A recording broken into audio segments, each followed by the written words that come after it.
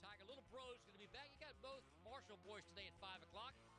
And we have some more discussion about LSU and the upcoming week in basketball. Big game against Florida. And kind of where are they ranked? What are the thoughts on all of that? Major League Baseball discussion always out there. NFL draft, not that far away. How about Kyler Murray? And all those kind of topics today, 5 o'clock, 11. It seems like every couple of days, storms are coming through the area and causing damage. Well, if Mother Nature's done a job on your vehicle, give Crystal Auto Collision a call today. The folks at Crystal are the only Lexus-authorized body shop in the Shreveport-Bossier area. But you don't have to drive a Lexus for Crystal Auto Collision to fix your vehicle. Stop by Crystal Auto Collision today, 2115 California Drive, Bossier City, or call 752-3300. Crystal Auto Collision. The choice of a lawyer is an important decision and should not be based solely upon advertising. This ad is sponsored by Case Legal Media. Attention. If you or a loved one had an IVC filter implanted in your body to prevent blood clots to your heart or lungs, you may be entitled to financial compensation. The FDA has issued an advisory that these IVC filters may break, puncturing veins or organs, causing serious injuries, including heart or lung damage, internal bleeding, even death. Even if you have not experienced any injury at this time, the IVC filters are considered a ticking time bomb by many. Call now for a free legal consultation at 800-408-1257. There are no fees unless you get a settlement. Since 2005, there have been thousands of injuries associated with IVC filters. You must protect your legal rights. Call 800-408-1257 now to see if you may be eligible to file a claim. Time restrictions may apply. Call 800-408-1257. That's 800-408. Message and data rates may apply. Individual results may vary. See website for details. But hey, I'm buying a huge flat screen TV so I can finally see it without my glasses. Why not just get LASIK at the LASIK Vision Institute? That's what I'm doing. My glasses and contacts are a pain. I'd love to finally get rid of these, but who can afford LASIK? You can. Because the LASIK Vision Institute is offering dramatically low prices and an absolutely free consultation. Just text BEST to 350-350. The LASIK Vision Institute has already performed over 1 million procedures. They use the latest FDA-approved LASIK technology that helps the majority of patients achieve 20/20 vision for a fraction of what others charge. Better vision, better value. The LASIK Vision Institute. Make this the year you finally get LASIK. For a free consultation plus an extra 20% discount, text BEST to 350-350. You'll see for free if LASIK is right for you. Did you know that more decisions are made early in the year to change careers? That's why Town Square Media is hosting a job fair Tuesday, March 5th from 10 a.m. to 2 p.m. inside Horseshoes Riverdome. If your company needs employees, we can help. Whether you have 1 or 100 positions open, you need to be a part of the job fair. Open to the public and not industry specific, your company can easily participate. Need info on how to be a vendor? Call 318-688-1130. That's 318-688-1130. 1130 The Tiger, your home for LSU sports, powered by Jack Spring Electric. KWKH, Shreveport, Bossier City. Prince attack with the 25, 10-5, touchdown,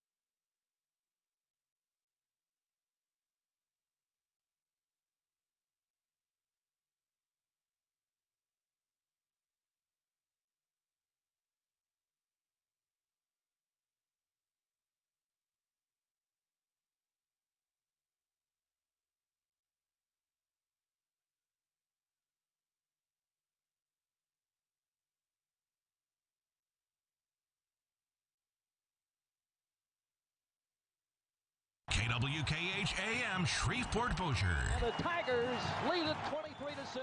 The home of LSU sports is 1130 The Tiger.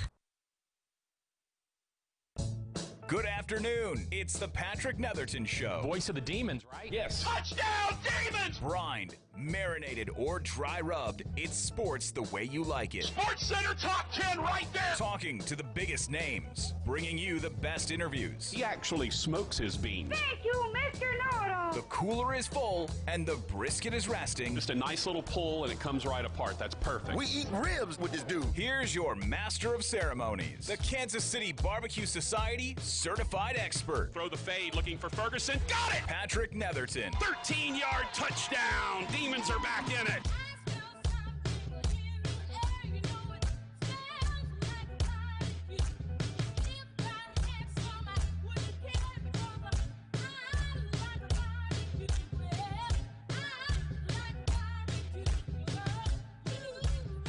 And good afternoon. We welcome you into the Patrick Netherton Show right here on 1130 The Tiger. Finally, a beautiful day outside. Took us pretty much the entire week to get here, but here we are.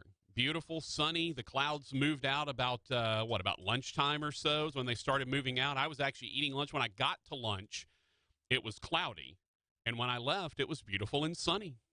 Oh, I know. I was eating lunch alone. Womp, womp, womp. I eat lunch alone a lot, actually. I really enjoy it. I know a lot of people are not, don't like to eat by themselves and have issues with it. I am not one of those people. I will eat alone. Now, okay. So we have a delineation here. And I'll get to all the stuff about well, you know what? Let's get the show stuff, then I'll come back to this conversation. We represent the Lollipop Guild, the Lollipop Guild, the Lollipop Guild. Because we have to involve Hambone in this discussion. The Lollipop Guild.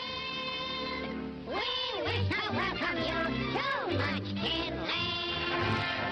Hey, boy. He is Rogers Hampton. Hey, boy. What's up, man? What's happening, man? Feeling better? You got the throat seems starting voice seems to be a little I bit. have turned the corner. Yeah. It feels like it's not quite as scratchy, not as tickly. Still doing the old cough drop thing, and I tell you what, I am sick of cough drops. Yeah, you can get worn out. Man. I would give you I'd give you my tea that I use. That the problem is you would never drink it. No. So just the smell of it. Yeah, it's actually a very mild tea. It doesn't really have much of a taste. But you know what? I will keep it in mind since I have now been exposed to the flu. Yeah. I may have to get you to send me that recipe because my significant other has been diagnosed with influenza and had to take an emergency trip to the hospital yesterday while we were doing this show. Yeah. Because she knew she couldn't call me to just get up and leave. Right. So all of a sudden I get a text from my daughter. And I know she doesn't ever contact me when she knows you and I are doing a show. Right. And she just says, hey, Dad, call me when you're going home. And I said, okay. I said, are you okay? Yeah, I just need to talk to you. And then she was like, hey, Shannon had to call an ambulance to get to the hospital. So I may take you up on that tea thing because I may be proactive. Well, the good news is it's not a particular recipe. You can just buy it. Okay. But I know you have – there's two or three different names you have. I know it's the same thing, but like one's for throat, one's for – yeah. You've showed me that. Yes, I have a few. There's specialties. Yes, and they're good stuff. But if I ever thought you would drink them, this just means you have to go get a flu shot, Raj. Oh no, I know. You just have to do that. There's no actual active flu in the flu shot, right? You know the virus isn't in there. I just know that, most people I know that get one get it. Well, you know me, and I've gotten one for a decade, and I've gotten the flu once, and that was the one time I didn't get my flu shot.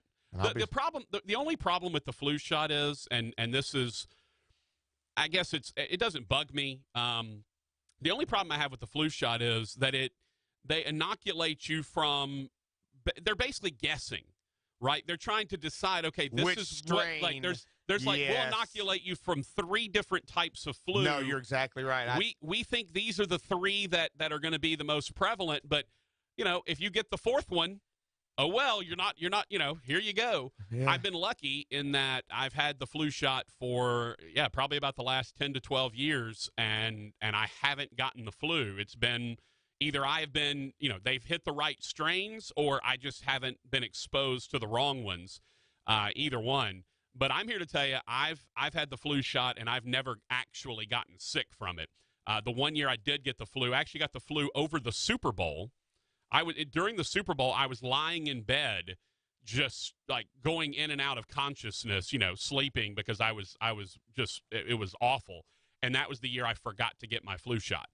So that was the year that I got the flu. So I would recommend everyone, hey, get your flu shot. All right, I'm here to tell you that. Get your flu shot, protect yourself from at least 3 or 4 strains of the flu, and hope that you're not unlucky enough to get the one that you didn't get inoculated from. All right, so this is the Patrick Netherton Show right here on 1130 The Tiger. He is Rogers Hampton. I am Patrick Netherton. Several different ways to get in touch with the show. 318-320-1130. That's the phone line, 320-1130. Or you can text us at 318-657-0-HAM. 318-657-0426. You can watch the show on Facebook Live, facebook.com/Netherton Show, or you can follow on Twitter at Netherton Show. We post the SoundCloud links to our interviews. Our interview with Bobby Barbier is up from yesterday. Our interview with Paul Maneri is up from a couple of days ago, from Monday. So you've got the opportunity to listen to any of these interviews. I don't post my entire show. I don't know. I mean, maybe if it becomes popular enough one day, I'll post it in like a podcast form, but I don't think people necessarily care. If you really want to watch the show, you can go back and watch it on Facebook Live. If you really want to go enjoy it. Coming up on the show today at 4:30, we will have Skip Holtz, the head Bulldog himself. I don't know. Skip and I haven't talked. I don't know how or if he'll answer the question about Jalen Ferguson, but I'm going to ask. I'm not going to. There's no putting his feet to the fire. Like, this is just going to be, hey, give us your reaction. How'd you find out, that kind of thing? And he may no comment it. He may not want to react. I don't know. But I'm going to give him the opportunity to talk and respond to the Jalen Ferguson incident, which we're going to talk about a little bit later in the show as well, because I keep meaning to talk about it, and I keep forgetting. All right, so you can catch us on Facebook at Netherton Show, at Netherton Show on Twitter. Call us 320-1130. Text us 657-0-HAM. So, all right, here's my question. I eat lunch by myself a lot. I don't want to say it every day, but most days I'll go somewhere on my own. Usually I'll go sit in the bar, not at the bar, but in the bar. El Chico's is kind of my place. Normally Dax I go to a ton. And I'll go, at Dax, I'll get a corner booth. They know who I am. I walk in, they come bring me a big thing of Diet Coke, a bowl of chili, and then I usually have a salad or some wings. And if I'm at El Chico's, Sweet Brittany, the bartender, will bring me 2 Diet Cokes, a bowl of chips, and 4 things of salsa, because she knows I'm gonna go through it. And I'll just sit there, and that, honestly, it's where I catch up on the day's news. I'll read through news on my iPad. I'll look through, I'll go through some sports stories. If I'm still trying to book the show, that's when a lot of times I'll be texting folks trying to get guests lined up, that kind of thing. So I eat lunch alone. I'm curious though, does it feel weird to people? Like, are you someone that can't eat lunch alone? Are you a person that will not eat a meal? I know Ben Marshall, Bonsai Ben, and from Sports Talk, from 5 to 6, he eats lunch alone all the time. Now, I feel a little bit weirder eating dinner by myself. Like, if I go to a popular restaurant, let's say, morning show sponsor, Walk-Ons. I love Walk-Ons. If I go to Walk-Ons by myself at like 7 o'clock, 7:30 in the evening, that always feels, I don't want to say it feels sad. That's not quite the right word, but it feels different than having lunch by yourself. No, I get that, but that's why you pick nights like tonight when they'll be showing the LSU basketball game, and it makes it look like, hey, I'm just out watching just here to game. Watch the basketball game, yeah. And interestingly, I'll have my attention diverted between LSU and Northwestern State, because the Demons are playing a really tough game against Houston Baptist in a game that could go a long way into determining if the Demons will make the conference tournament. So I'll kind of have my attention, and I'll be prepping, because tomorrow I'm calling the women's basketball game down in Natchitoches. So my question is, are you the kind of person that will go and have a meal by yourself, or do you consider that sad? Like when you walk into a restaurant and you see someone eating by themselves, do you feel sorry for them? Do you not? No, I'm serious. Do you not care? Is it, who gives a damn? Like what? I'm curious because I think there's somewhat of a stigma to eating by yourself. Even though honestly, I enjoy the heck out of it when I'm eating lunch. And like I said, I'll pull the iPad out. I'll catch up on news. I'll read stories. A lot of times I'll hang on to stories, like longer stories, profiles that I want to read, and I read them over lunch, that kind of thing. It's never bothered me. But dinner is, again, it's a little bit of a different story. I always feel like eating dinner by yourself is a little strange. And then conversely or sort of similar to this, do you feel any differently if you see a man sitting alone eating lunch versus a woman sitting alone eating lunch? This is just something that was on my mind when I was eating by myself today because Rogers wouldn't go to eat with me. No. I asked Rogers out to eat probably, 4 times a week, and it's usually, I would say, of those 4 times a week, 0.2 of those he'll respond yes. And that's usually, it's like once every 3 weeks or so, Rogers and I will go. And then a lot of times it'll be just like, hey, I've been at the studio all day. Can you bring me some pizza or something? So I'll bring Rogers a little. Yeah, that's a lot. I have a lot of these 13-hour straight days where I don't get to leave the building at all. Yeah. So that kind of dampens it a little bit. But no, we were talking before the show about we need to make another trip over to Jefferson and Riverport Barbecue because that's our buddy, that's our place. I feel like we're on the inside over there now. Speaking of, yes, he actually gave me the number for the barbecue editor of the Texas Monthly Magazine, who puts together the top 50 list. That's kind of the Bible of barbecue, and so here's hoping that Daniel Vaughn. We have texted back and forth a little bit. We're looking to put a time together where Daniel Vaughn can come on and chat about his life. I mean, the man literally, his whole job is to drive around eating barbecue at all these different places in Texas, and then once every couple of years he rates them and puts together a top 50 list. So he's kind of the I don't know, the Pied Piper of barbecue, I guess. You sort of follow him around. His handle on Twitter, by the way, if you want to follow him, is @BBQSnob, which I think is highly appropriate, @BarbecueSnob, @BBQSnob, if you want to follow Daniel Vaughn. So, again, if you want to chime in, you can. We got a lot of sports things to talk about. Don't worry. I know this is still supposed to be a sports talk show, even though we spent a lot of time talking about spam yesterday. I did not go by the grocery store and pick up any spam, but I'll make that happen. Draco says, I eat lunch alone a lot, but never had 4 bowls of salsa at one sitting. Well, honestly, Draco, I don't either. Honestly, I've never had 4 bowls of salsa at one sitting. That's just the start. I usually have like 12 bowls of salsa before it's all said and done. And they're the smaller, they're the smaller ramekins. So it's not like they're a giant bowl. It's not like you get a queso bowl or whatever. Not that same regard, but the smaller, I guess you'd term them cups or whatever. But yeah, it's usually about 8 or 9. I usually go 8 or 9 salsas deep before I go ahead and order my entree and get the nachos. Draco says, is Daniel Vaughn hiring? I think I would do good at that job. You would not, because you just said good instead of well.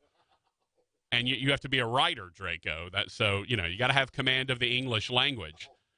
And Draco says, Dan, you like salsa? Yeah, I do. I'm a big, especially El Chico's. I don't know. El Chico's salsa just does it for me. It's my favorite salsa in town, just so everyone knows. Yeah, so I'm look, if anybody's going to get hired to be Daniel Vaughn's assistant, it's going to be this guy. All right? You're right. I mean, you're not going to beat me to that job, I can assure you. As Roger says, it's on my bag tag for baseball. It says Netherton, voice of the demons and barbecue expert. As a matter of fact, I'm even certified, for goodness sakes. I went and got certified by the Kansas City Barbecue Society as an official judge, and you're quite welcome, Rocky Squirrel. You are quite welcome.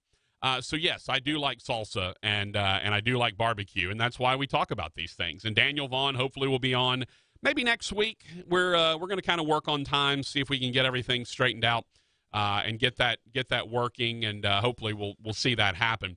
Coming up at 4:30 today, we'll talk to Skip Holtz, the head coach of the Louisiana Tech football Bulldogs. Also, we've got to discuss, well, Anthony Davis back in the news. What's new with the New Orleans Pelicans? We'll talk about that. We've also got to discuss some NFL offseason moves that are going on.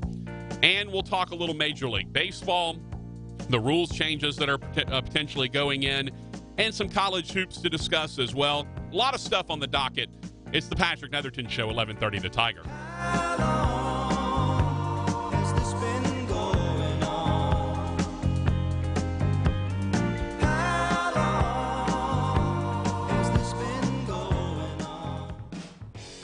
Welcome to Walk-On's Bistro and Bar, where every dish starts from scratch. Fresh ingredients bring our food to life. Mouth-watering cuisine, unique flavors, and we're always more than happy to share our Southern charm and culture. A love of life, family, food, friends, fun, sports, and celebrations. Walk-Ons. It's game day with the... It takes both vision and skill to create a pool as unique as it is beautiful. A perfect blend of time-honored craftsmanship and cutting-edge technology. The hand, heart, and mind working in perfect sync to create something truly special. A source of timeless relaxation, priceless memories, and endless joy. That is the mission of a master pool builder, and that is the magic. So often we talk Chevy Land and the beautiful new cars, trucks, and SUVs out there, and for good reason. I mean, my gosh, have you seen the Silverado? Have you seen that Camaro? I feel like we've neglected the service department. Here's what Christy J had to say. My service rep, Kenny, was very friendly and understanding, kept in touch with me, letting me know the status of my vehicle. He's knowledgeable of his job. I will recommend him to all my family and friends. He's excellent. John B. and Bossier said the service professionals did a great job.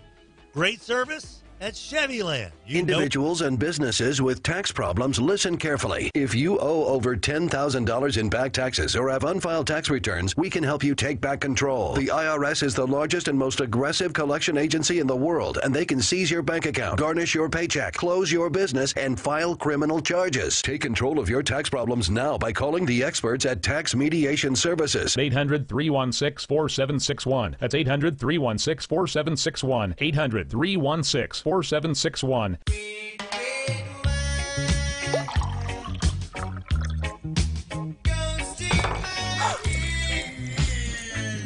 Spilled your red wine? Quick, the Quicker Picker-Upper. Bounty picks up spills and messes quicker and is 2 times more absorbent than the leading ordinary brand, so you can get back on track quicker.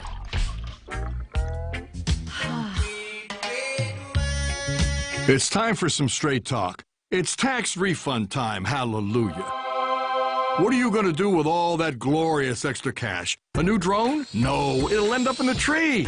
Here's a better plan. Try Straight Talk Wireless and get 25 gigs of high-speed data for just $45 a month. All on America's best 4G LTE networks. Plus, save up to $200 on a Samsung Galaxy S9 with in-store activation. Straight Talk Wireless, only at Walmart. See terms at straighttalk.com. 24/7, 365. You're up and at 'em every day, so you don't want something like Medicare Part D to slow you down. At Walgreens, we'll take care of your Medicare Part D prescriptions, saving you time and money. Make the switch to Walgreens today and get more by earning 100 balance reward points and save up to $5 on each Medicare Part D prescription when Walgreens is your preferred pharmacy. Walgreens, trusted since 1901. Prescription savings applies to Tier 1 generics when you fill at a preferred versus a non-preferred pharmacy on select plans. Points can't be earned in New York. We have been preaching this for so long, but it's nice to hear it from other sources as well.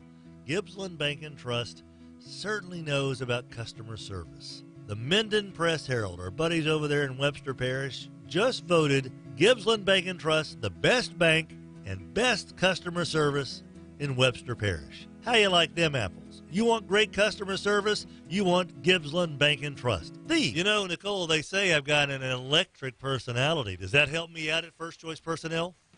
It would help you. I'm looking for electrical or mechanical, technical people. I'm not so mechanical, but I do have an electric personality.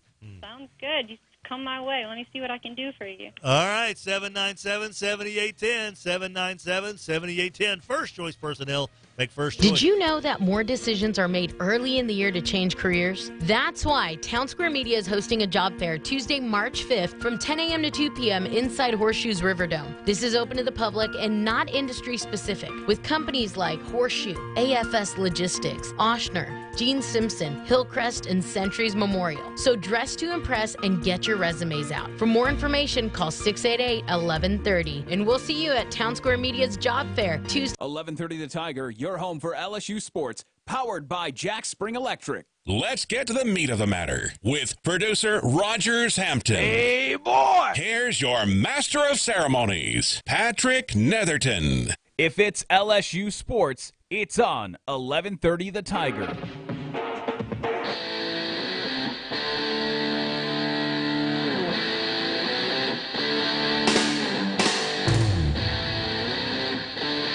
Yes. Yes. Did yes stand for anything, or was it just an exclamation? It was just yes. Yeah, it was just yes. Okay. All right. I guess they wanted to keep it even more simple and stupid than kiss. I guess so. Let's do one less letter. Yeah, we can do that, can't we? Certainly. It is the Patrick Netherton Show right here on 1130 The Tiger. He is Rogers Hampton. I am Patrick Netherton. We are pleased to have you with us. Got a few things to discuss. One thing I want to talk about right off the jump, though, is fantasy football. Raj, I know you're not a fantasy football guy.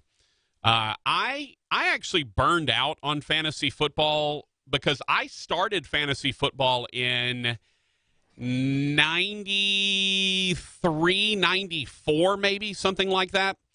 I started it because, we were a bunch of kids in high school and we wanted to be a part of it. Well, this was, before the internet really was a thing. And it was before, obviously, cell phones, and there were no fantasy football leagues. So I was the commissioner. We would hold the draft in, one of our buddies' houses.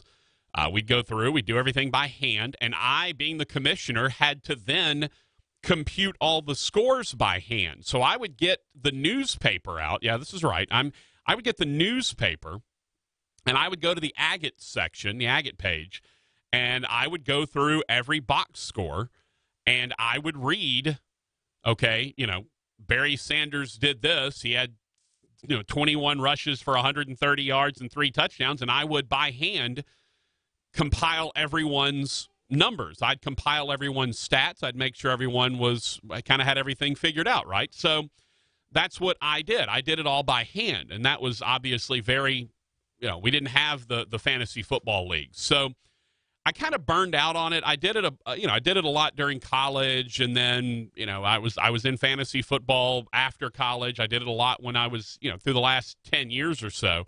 But really about 3 or 4 years ago, I just kind of stopped. I don't know. I got burned out on it and didn't really feel like it. Leagues are getting now where you're having to pay a lot of money for them. People are taking a lot of money for I know you can win a lot of money, too, yeah, but you're right. That's a lot of... It's a grind, Yeah. You really have to... And there are people... it's become a huge industry. Oh, you're right. There's people whose only jobs it is, ESPN, guys like Matthew Berry, their only job is to do fantasy sports. They've made a career out of it. Yeah. So... I get it. Yeah, I understand it. It's just not my thing, right? No. I haven't been a part of it. I burned out. Like I said, I was doing that stuff by hand as the commissioner back in like 94. Yeah. Right. And then the internet came around, so I at least could find the box scores online. But I was, there still were no fantasy leagues, so I was still doing everything by hand. Yeah. And then finally, into the 2000s, there started to be fantasy leagues popping up. So when we'd play, at least I didn't have to compute everything and do everyone's lineups by hand. Well, all right, I say that to say this. One of the more popular things that has happened recently is fantasy football leagues are going to, a pay model where a lot of, everyone pays $50, $100, whatever, and then you pay out at the end, the winner, top 3 spots or whatever. And then usually we've seen the last place finisher has to do something embarrassing. We've seen everything from, the last place finisher has to get a tattoo, which is ridiculous. Like, I wouldn't, to just benign stuff like the last place finisher either has a really ugly trophy or they wear a sign that says I'm terrible and dumb or whatever, those kind of things. We'll have to get Wally down here to see what it's like when you're a loser in one of those leagues and what you have to do. Exactly. Well, I actually think he bought a ring this year to be a pre-crown champion. Yeah. And he didn't win. Well, so, Hambone, I wanted to discuss this story. I don't know if I want to discuss it. I just wanted to mention this story. Put it out there. So there's a league in Dallas. Okay. A group of guys together, like high school buddies in Dallas, had gotten together. They're not high school age now. They were buddies in high school. Now they're adults. And they got together and formed their own league, and they had an open spot. And so they reached out to one of their old high school buddies to fill the open spot. Well, this guy had never played fantasy football before and really didn't know what he was doing, didn't follow it a ton. And so he drafted Le'Veon Bell in the first round. Well, obviously we know what happened with that. Le'Veon Bell never, didn't play. It would have been a good draft pick, except for the fact that he didn't play. So he drafts Le'Veon Bell. We know what all went down with Le'Veon Bell. This guy ends up being the loser in his fantasy league. So he has two choices. He can either pay the winner $250 or he can take the punishment, the punishment, the horrible thing that you have to do as the loser of the fantasy football league. So what does he do? Does he pay the $250 to the winner? Nope, he takes the punishment. What's the punishment? What? My man strips down into a Speedo. All right, he's just wearing a gold Speedo. He slathers his body in peanut butter, and they send him to a dog park in Deep Ellum, which is one of the neighborhoods in Dallas. So this guy walks in, and, of course, his buddies are, like, hiding in a car filming the whole thing. So he walks into this dog park. Luckily for him, there weren't a whole lot of dogs there. But he walks in a Speedo, slathered in peanut butter, all over his body, and he walks into a dog park. Now, there are 2 dog owners in the park at the time, and there are 3 or 4 dogs. So what happens? Well, you imagine exactly what a dog would do when they detect peanut butter. So they come running over. They can smell it on him. They're following him everywhere he's walking in this dog park, and he finally sits down, and they, of course, just start going to town. They're licking all the peanut butter up they can get off of him. Number one, if that was my dog, I'm not sure I'd be comfortable with him licking peanut butter off another dude. Even though dogs have a lot of enzymes in their mouth, their mouths are supposedly cleaner than ours because they have more enzymes to break down germs and whatnot. I'm still not sure if I'm down with that idea. So obviously the people that were there were looking very quizzically at this guy. Like, what are you doing? Why are you out there? Why are you in peanut butter in a dog park in a Speedo? And he tells them that he lost a bet, basically, which is, he lost a fantasy football league. So he said, I lost a bet. He said at that point they turned completely around. They loved it. They thought it was hilarious. They were trying to get their dogs to go attack him and, eat all the peanut butter they could and whatnot. And that's part of the reason I'm not in fantasy football anymore, because a lot of these leagues have become ridiculous in terms of here's what we're going to do to the person who finishes dead last in the league. And that's just, that's not going to be me. I'm not going to be that guy. Number one, I wouldn't finish dead last because I'm smart. But number two, that's a little too far. But that story did highly amuse me when I read it, that this guy had to slather peanut butter all over his body and go into a dog park. And by the way, Raj, the end of the story, they asked him, they did a news story on it. They asked him at the end, yeah, so are you going to play next year? And he said, yes, but I'm going to find a different group of friends to play with, I think. Yeah, I don't blame him. So there you go. I just thought I would pass that story along. I saw it. It made me laugh, and I want to deal with that. Hey, Danny Ferry, the new interim GM, says he's going to make a difference already. Raj, I don't know if you heard about this, but Danny Ferry said he's going to make a difference. I like the interim hire, to be honest with you. Well, Danny Ferry says he's already going to make things happen. How's he going to do that? Well, Rogers, that's what we in the business call a tease. Are you kidding? Well, I'm not kidding. That's what we call a tease. Man, we got this segment down because I'm going into the break with Fantasy Girl by 38 Special. Perfect. Have we done this a time or two? Maybe once. So the question is, maybe even nationally? What did Danny Ferry, or what has Danny Ferry said he is going to do to potentially help the New Orleans Pelicans? We'll talk about that next on the Patrick Netherton Show. So many yearnings are never to be. Childhood illusions, merely delusions of a girl that I see. Welcome to Walk-On's Bistro and Bar, where every dish starts from scratch. Fresh ingredients bring our food to life. Mouth-watering cuisine, unique flavors, and we're always more than happy to share our Southern charm and culture. A love of life, family, food, friends, fun, sports, and celebrations. Walk-Ons. It's game day with the taste of Louisiana. I love cuddling on that couch with you. I love cuddling on the couch with you, I'm going to too. put Wait, my feet underneath your legs because my toesies are cold. Oh, golly. What do you do with these things? It's so cold in here. Are they dipped in daiquiris? Seriously. Maybe we need to turn the heat up. That's not a bad idea. Is there any way that AccuTem could put a couch heater in this thing? AccuTem, 861-2255. Please warm up my... Ready for a deal on same-day delivery? Time for a Target run. Now you can have Target run to you when you start your free 2-week trial of Ship Today. Same-day delivery shops the cart you create and delivers it fast, so you can fill up your fridge with your phone. It's easy. Get more delivered same day and enjoy a 2-week trial free. Learn more at target.com/shipped. That's SHIPT. Target run and done. Offer valid for new annual members. Working in the warehouse. One of my favorite 70s songs, Nicole. Working in the warehouse now. Nicole from First Choice Personnel joins us. You've got some warehouse jobs you're trying to fill. I always have warehouse positions available. Anytime, give me a call, 797-7810. You're probably too young to remember that song, aren't you? Working in the warehouse. Yeah. You don't remember that one, do you, Nicole? I do. Oh, see, there we go. Nicole knows it. 797-7810. See you. You started a DIY project at home. Then you realize convenience isn't always easy. The why in DIY doesn't mean, why is this so hard? At ADT, we DIFY. Do it for you.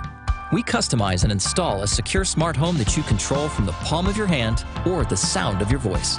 Smart security, designed and installed just for you with ADT. Visit ADT.com/smart to learn more. License information available at ADT.com. ADT. Cars that sound like this. Trust Pennzoil Synthetics to protect their engines in extreme conditions. Top racing teams know that Pennzoil Synthetics give them the performance to help them succeed. And your car's engine deserves the same. Because your daily commute is no less important. Get complete protection for top engine performance, just like the pros.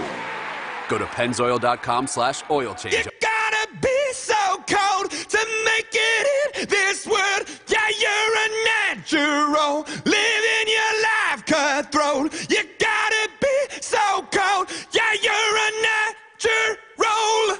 Alexa, play Imagine Dragons. Okay. 'Cause you're a natural.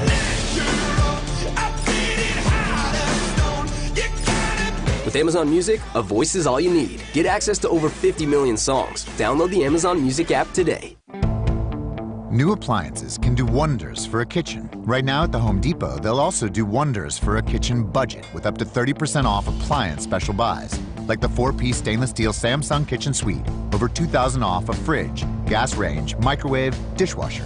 All at once, just in time for dinner. Up to 30% off appliance special buys now at the Home Depot. More saving.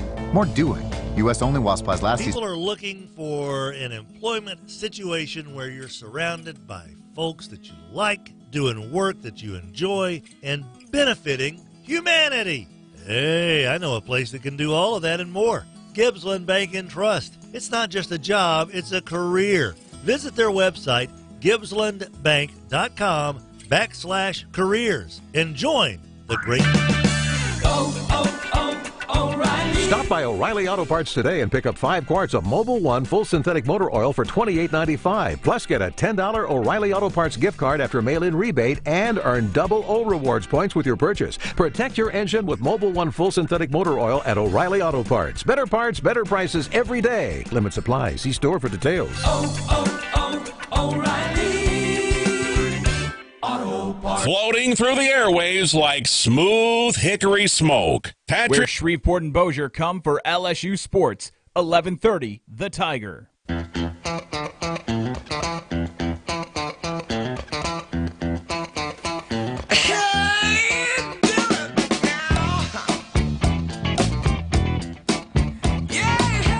We welcome you back to the Patrick Netherton Show right here on 1130 The Tiger. Time to talk some New Orleans Pelicans. Because sentiment seems to be growing that the right thing to do for the Pelicans is to sit Anthony Davis. I have said it repeatedly. That's the right thing to do. Anthony Davis should not play another second in the uniform of the New Orleans Pelicans after he and through his agent demanded a trade. Well, here comes Danny Ferry, the interim general manager, who has said basically, he hasn't really said much of anything since he got the interim job. Well, now it appears he's trying to see if he can make that reality happen. We've already seen Gail Benson starting to flex her muscles. She fired general manager Del Demp. She named Danny Ferry the interim general manager. All this basically the day after Anthony Davis played and injured his shoulder. He played limited minutes in the All-Star game. I think he had 5 points, and then he sat for the rest of the game. Adam Silver hasn't really addressed it directly other than to say that it's not a situation that anyone wants to be a part of. Well, enter Danny Ferry, because the league has said we are going to fine the New Orleans Pelicans up to $100,000 for every game that Anthony Davis doesn't play. And there are 23 games remaining for the Pelicans. So with 23 games remaining, you're looking at the potential for a $2.3 million fine being assessed to the NBA's New Orleans Pelicans by the NBA itself. Well, Danny Ferry has come in, and Danny Ferry has said that he is going to take a look and see if he can talk to the league about maybe sorting that whole thing out. It said that Ferry wants to, quote, re-engage the NBA on its threat to invoke the anti-resting policy should the Pelicans elect to rest Anthony Davis. Now, Mark Stein, who's a terrific basketball writer for the New York Times, came out with a column yesterday and basically said the same thing I've said, and that is, if you're the Pelicans, you cannot play Anthony Davis the rest of the year. You just can't do it. At no point in time should Anthony Davis step on the floor as a member of the New Orleans Pelicans.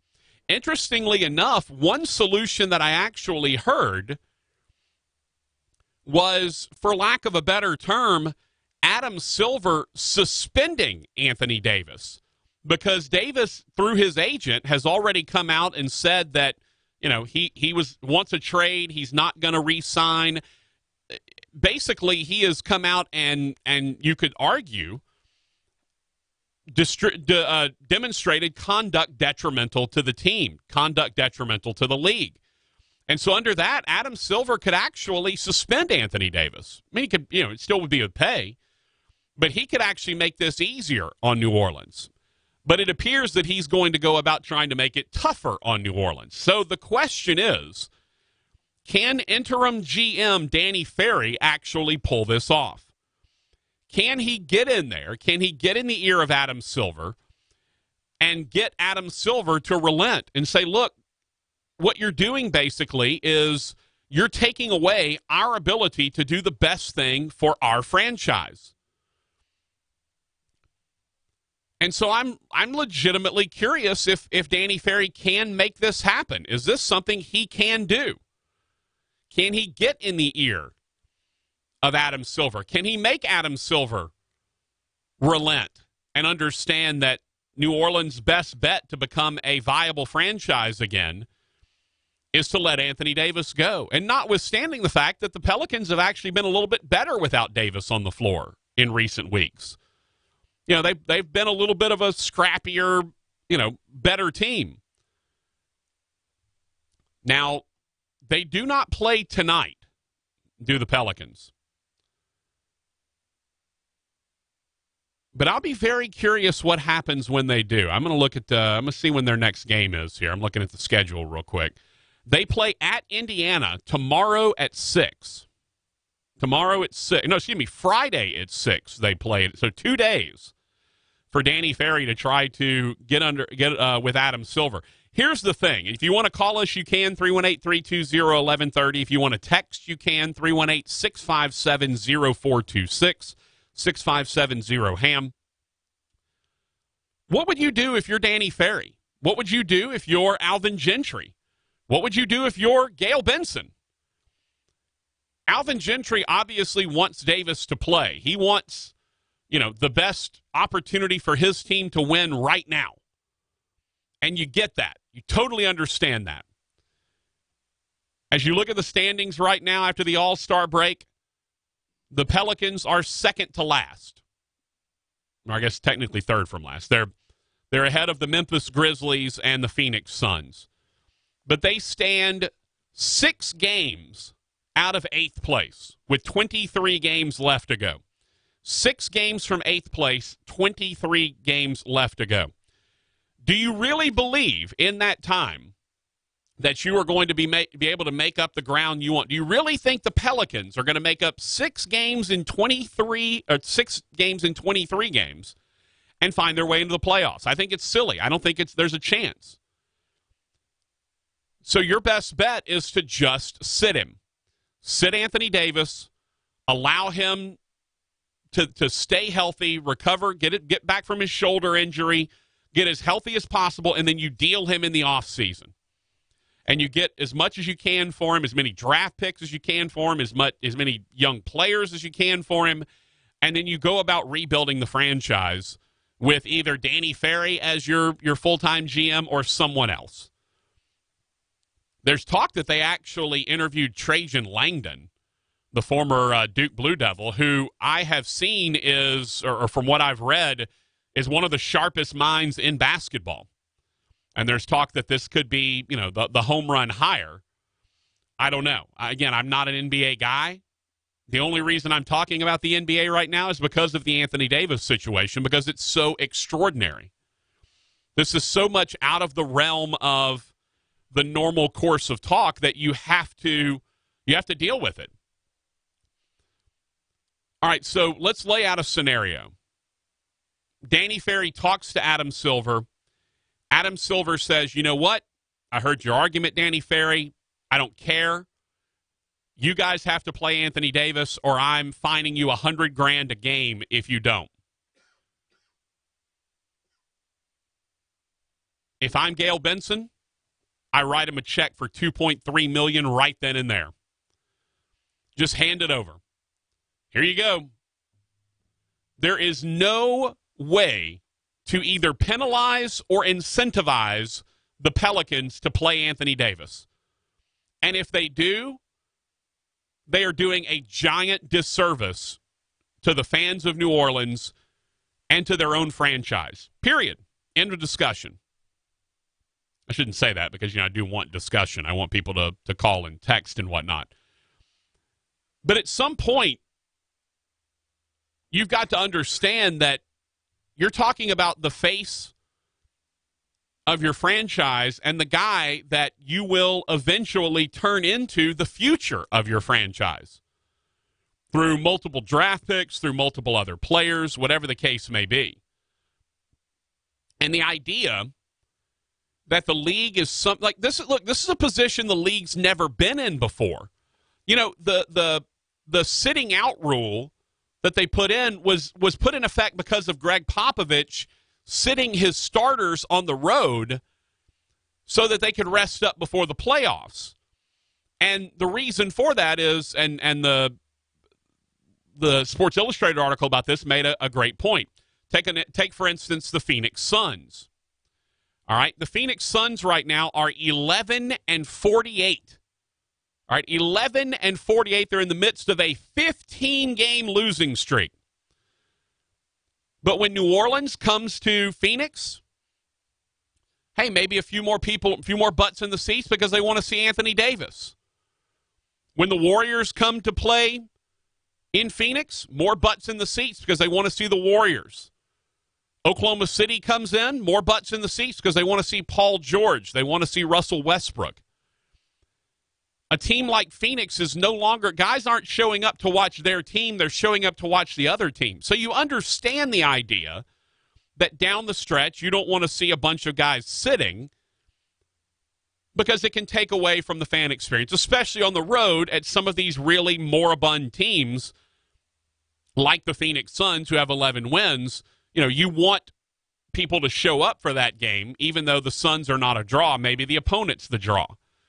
Well, I'm sorry, you've never had this happen where the agent/player has come out during the middle of the season, basically tried to strong-arm a trade through, didn't get it done, has already said they're not signing their extension, which, by the way, let's not forget, New Orleans has Anthony Davis under contract through next year. This is through next season. So if they don't trade him, then you know what happens? They end up with him again next year. And then we go through all this. Now, they're going to trade him in the offseason. There's no doubt about that. That's going to happen. But at some point, if you're the New Orleans Pelicans, you have got to stand up to the league and say, you know what, this rule you put into place about we're going to, resting our starters on the road, that was put into place because of what the San Antonio Spurs were doing by choice. It was never put in place in order to try to preserve an asset that would then be shipped out in the offseason. And so this is a whole new ball game right now. It's something Adam Silver, it's one of those the laws of unintended consequence. When you put that rule in, there was never a thought that, oh, by the way, this is going to end up being something we're going to have to address via a trade at some point in time. You never think about that. Well, now you got to think about it. Because now you have a team that is willing to force the hand of the league. High Rail says they have paid millions to play. I'm assuming you mean they have been paid millions to play. Well, here's the problem. There's no reason. You can pay Anthony Davis all the millions you want, but there's no reason now to play him. What are you doing if you're playing Anthony Davis? Goods? Oh, here's the thing. Either A, he gets hurt. Yeah, and he already has. Right. He either gets hurt or he doesn't get hurt. Yeah. But do you really believe you're making up a six-game deficit in 23 games? The Pelicans aren't that good. Last year they could have with that team. Yeah. Not this team. Had a real good idea from the caller. Didn't want to go on the air. He said, well, if you got to play him the first minute of the game and the last minute of the game. Well, he starts and ends the game. Well, and that's the thing. But that's a good idea. Yeah, but here's the thing. They're going to find a way to get around this. Well, Adam Silver is going to find a way to find. He's like, you know what? Well, I'll tell you what. Oh, he's going to make some money for the league out of this. You paid him 2 of the 48 minutes. I will. That you played him 1 of 24. So basically, basically to the effect of about 3% of the game. Well, I tell you what.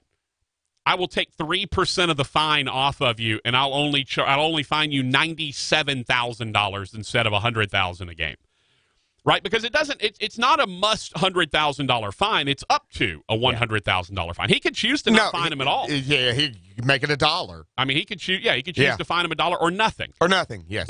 And so Danny Ferry has said this can't he is stay going like to. This. No, Danny Ferry has said he is now going to go to the league. He's going to petition the league. He's going to try to see if he can get them to change. Because here's the thing. This is a brand new scenario that was never considered when this rule was put into effect. Again, this rule was put into effect because Greg Popovich liked to rest his starters down the stretch to get them ready for the playoffs, which is totally his prerogative. If I'm Gail Benson, and by the way, Gail Benson has had some, she's had some dealings with a league that doesn't want to respond the way she wants it to respond to things here in the last, 2 months or so. If I'm Gail Benson, I flip the double bird at Adam Silver right now. And again, and I read an article talking about how if you're Gail Benson, you can't anger the league because the NBA would just as soon move you out of New Orleans and put you somewhere else as anything else. That in the NFL, all the franchises are equal, but in the NBA, they're not, which is true. But at the same time, the Pelicans aren't going anywhere anytime soon. Maybe one day, but not right now. So if I'm Gail Benson, I'd just say, look, find me. I will right now sit down and write you a check for $2.3 million. And I will hand it to you right this second, and we will sit Anthony Davis the rest of the year. But what Adam Silver has to understand is if the league wants to be seen as an entity that's doing what's best for its teams, then it must allow the Pelicans to sit Anthony Davis however they want to. If they want to sit him the rest of the year, a healthy scratch every single game, then the league needs to understand that is a healthy scratch always feels good. If they want to sit him as a healthy scratch the rest of the year, then that's their prerogative because they're protecting the future of their franchise. And I'll be curious. This is one of those stories that I'm going to be very curious to see how it plays out. Do the Pelicans buckle? Do the Pelicans lay down and basically say, you know what? We're going to go ahead and find some way to play Anthony Davis. We're going to just make it happen. We're going to figure it out. We don't want to get fined. We don't want to get in the league's bad graces. So we're going to figure it out. Do the Pelicans negotiate some sort of a deal with Adam Silver, with Danny Ferry coming in and playing the savior? And by the way, not for nothing, but if Danny Ferry finds a way to make this go smoothly, either he impresses upon Adam Silver that the Pelicans need to sit Anthony Davis so they can, basically blow up the franchise and start over with a bunch of young guys and draft picks and whatnot. If he can impress upon that, if he can make that a smooth situation, well, you know what? He might just get the GM job. If he has that sort of pull with Adam Silver and with the league, and he can make that happen, you might see Danny Ferry as the full-time GM. That might happen. Showtime. Again, the text line, 318-657-0HAM, 318-657-0426. Showtime says, I just don't like Davis acting like a 12-year-old kicking and screaming because mom wouldn't let him get the Reese's Puff cereal at the grocery store. Just like a female dog, there's a time and place for everything. I guess means he was griping. Other word for griping. There's a time and place for everything. He could have quietly done this in the offseason. And that's what Shaquille O'Neal said. And it's true. If he never comes out with this, if his agent never, quote-unquote, demands a trade publicly and says that Davis isn't re-signing his deal. By the way, it's a 5-year, $240 million deal they're offering him. I mean, that's insane. That's, $50 million a year, basically, that you're turning down. I get it, right? Everybody wants to win. Money is money. The Lakers probably can offer him $30 million a year or whatever. Once you get to that point, who cares? But that's what Shaq said. Shaq said this could have been handled quietly. And honestly, I believe that if Anthony Davis did not hook up with Clutch Sports and Rich Paul, who's LeBron's agent, I believe this would have been handled quietly in the offseason. I truly believe that this would have been Anthony Davis plays the rest of the year. The Pelicans either make the playoffs or they don't. Then he goes to management and says, look, I'm not re-signing. Y'all trade me, get what you can for me because I don't plan to be back. I still don't view Anthony Davis as the bad guy. I think Anthony Davis got used by his agent and by LeBron, because it's also LeBron's agent. I think Anthony Davis is somewhat of a victim in this scenario because you notice how sheepish he is now. You notice every time you hear him talk, he's not vociferous. He's not forceful. He's like, man, I just want to help my team play. I didn't want this. You hear his statements, and it's very much a, man, I made a mistake. I let my agents talk me into something that I shouldn't have let my agent talk me into. And we talked about Barkley yesterday, saying your agents work for you. You don't work for your agents. So at some point, Anthony Davis has to take control of this. And you know what? Honestly, if Anthony Davis really wanted to do the right thing by the Pelicans, and he said, look, I want to play, I want to help the team win, all of that, he ought to go to the Pelicans and say, what do you think, what is the best thing for me to do? And if I were him, I'd voluntarily sit out. If you really want to do the best thing for your franchise, the best thing for your franchise is it's not this year. You're not primed for a run to the title right now, all right? He's not the missing piece that's going to put you over the top for a championship. If this was a prime for the run to the finals type of thing, then yeah, he plays. All right, but that's not it. You're a team that's not going to make the playoffs. If you do, you're going to be the 8th seed and you're going to get trashed by the Warriors. All right, so this is not a scenario where you're going to have the opportunity to do anything great this year. So if you're Anthony Davis, walk up to management, walk up to Danny Ferry, walk up to Alvin Gentry, and say, you know what, I'm just going to sit. Y'all call it a shoulder injury, y'all call it an ankle injury, call it a thumb, whatever. If you believe the best thing for this franchise is I don't play so that you can get the most value out of me in the offseason, I'm okay with that because I've already told you I want to be out and you're going to respect my wishes to get me out of here, then I'm going to do the right thing. If Anthony Davis really wanted to do the right thing, fake an injury. Oh, dang it, got the Malmutus. I got the measles, not the measles, the measles, right, in your knee. I got the measles, got the Ticonderoga, the blowhole. Figure out something. I would just love to see DNP, Ticonderoga of the blowhole. That would be amazing.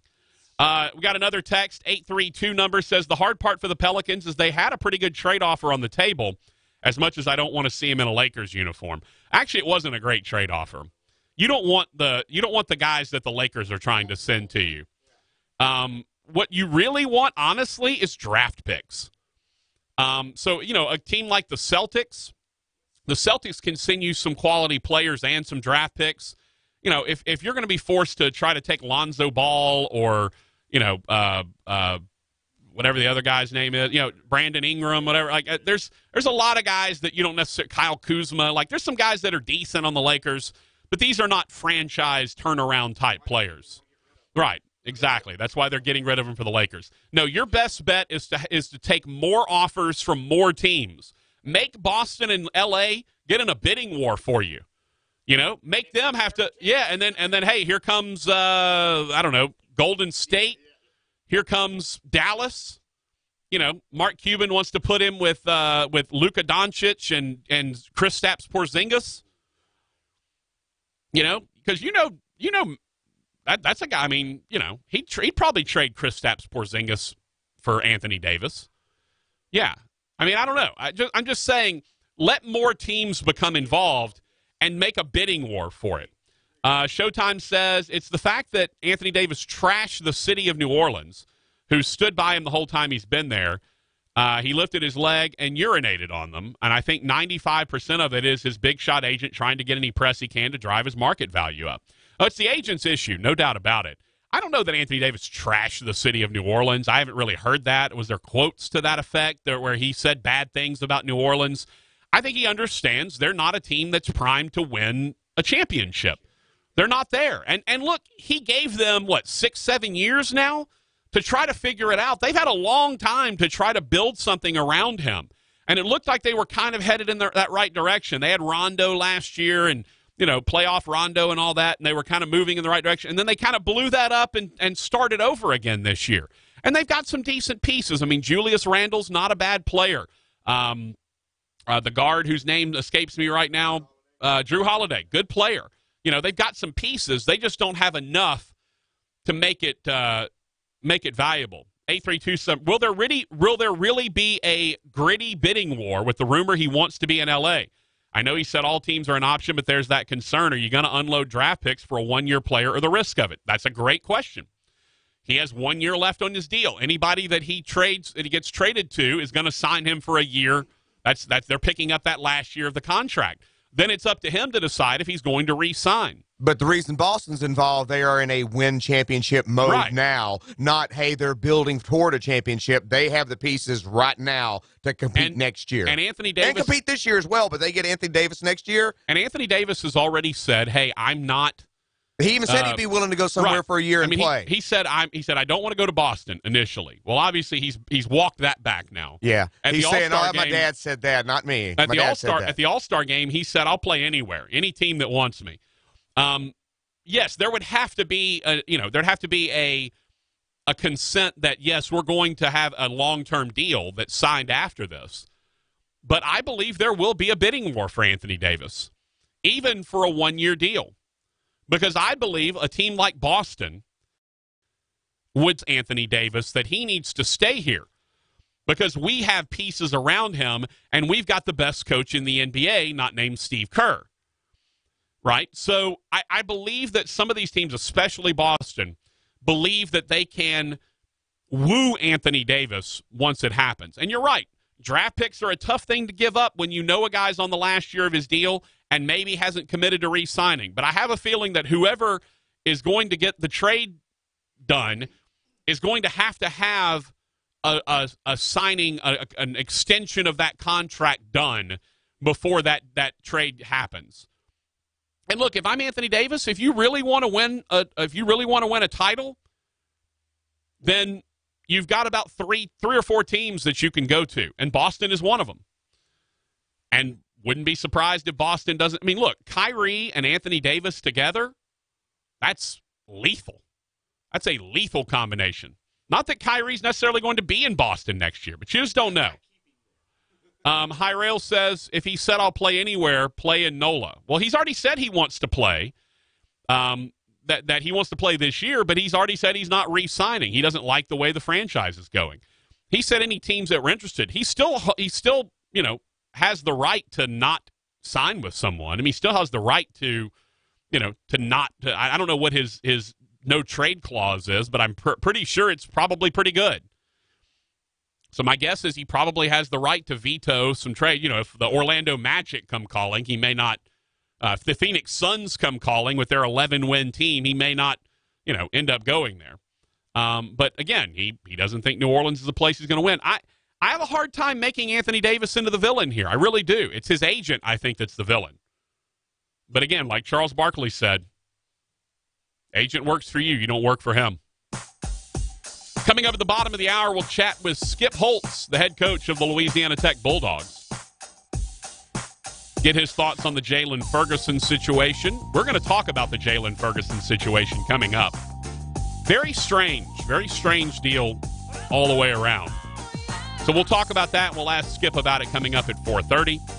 Also take your thoughts on Anthony Davis, Major League Baseball, college basketball, big game for LSU tonight against Florida. All that coming up on the Patrick Netherton Show.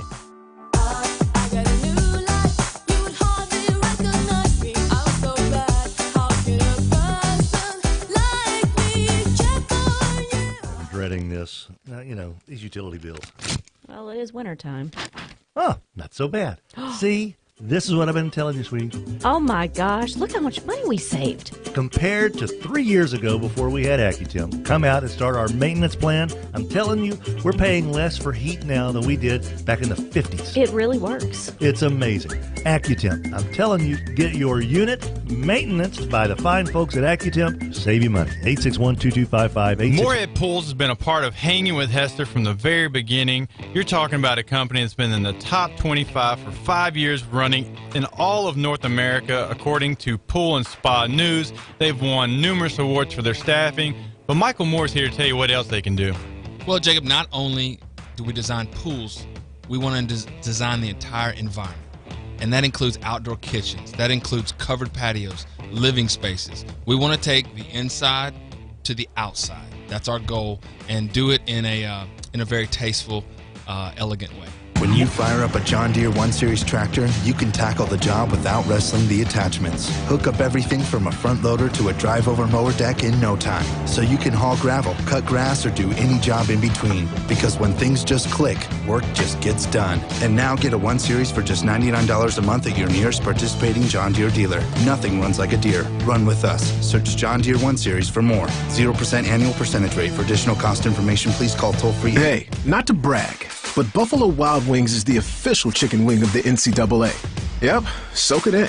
You know who isn't the official chicken wing of the NCAA? Your couch. Because your couch doesn't have a partnership deal with the NCAA.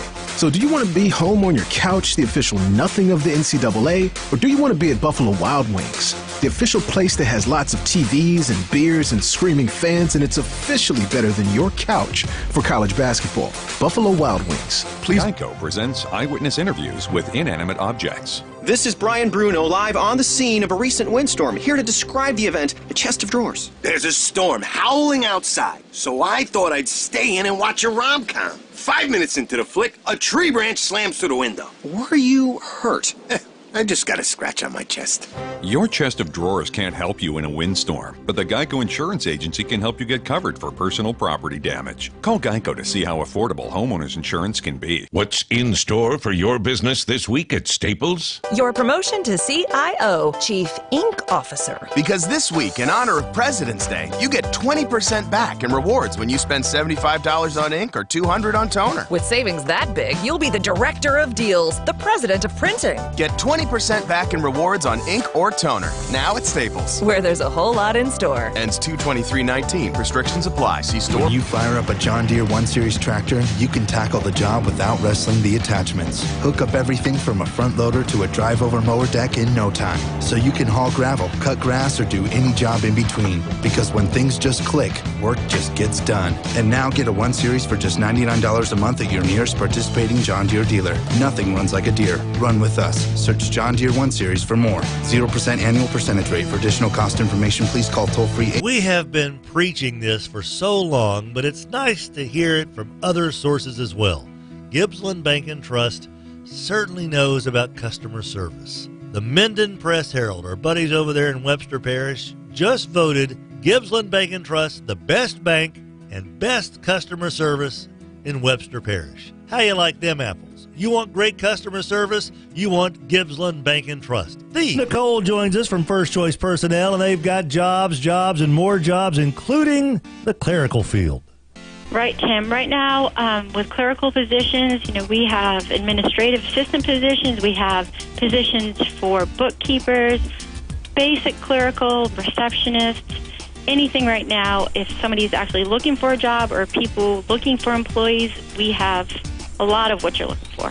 There's even a superhero. They call him Captain Clerical at First Choice. A good time is in the air. It's the Patrick Netherton Show. KWKH, Shreveport, Bossier City. 2 balls, 2 strikes, 2 outs. Runner at first. The pitch. Swing and a miss. Tigers win. Tigers win.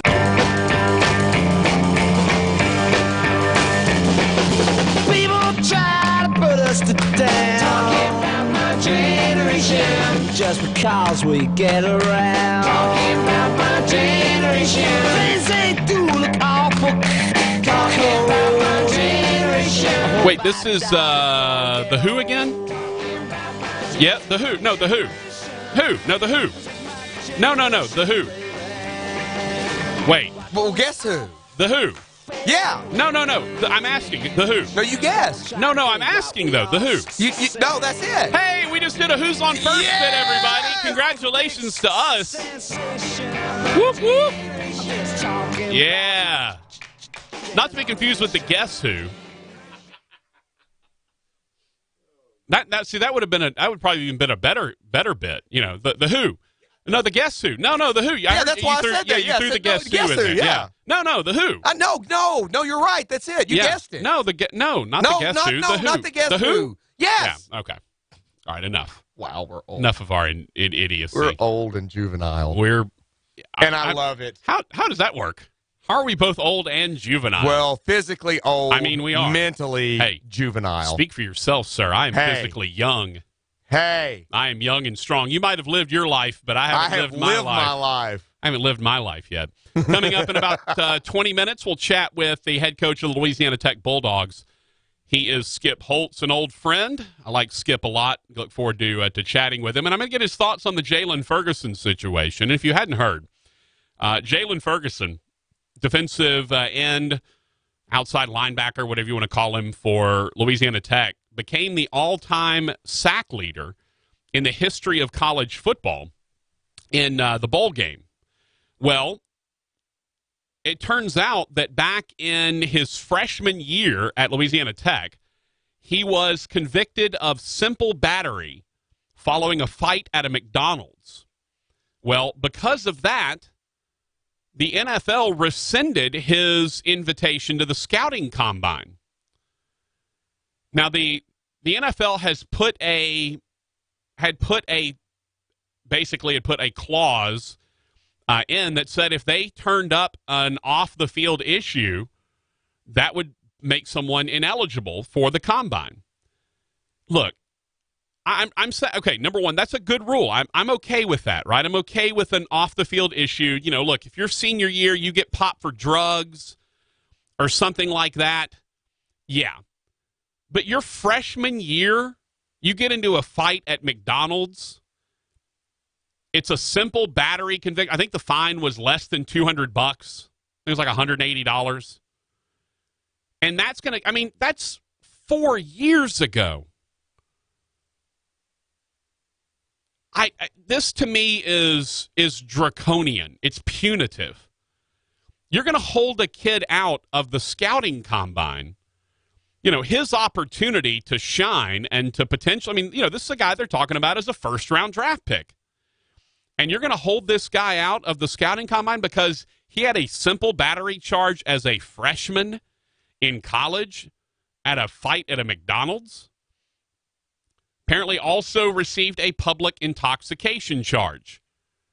That's not a driving while intoxicated, all right? That's not a DWI or a DUI. That is a public intoxication, which means he was out somewhere, you know, drunk, maybe mouthed off to someone or whatever. The cops showed up and you know, nobody, obviously, there was nothing else to it, so the cops just gave him a public intoxication charge.